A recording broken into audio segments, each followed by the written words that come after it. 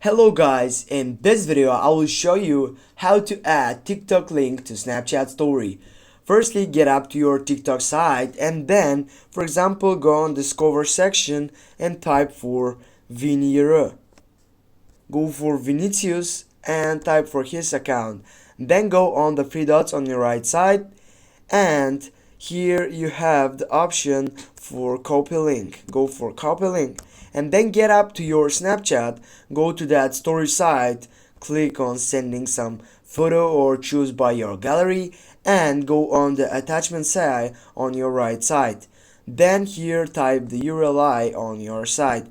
Go for search box on your right side and you'll need to wait to get at full potential. Now go for attach to snap and as you can see we have add that link to our Snapchat story. Now just go for send to and go for my story. Go send and when you get up to that story, as you can see guys, we have added this section for TikTok link. Thanks guys for watching. Don't forget to hit that like and share the video. See you soon guys.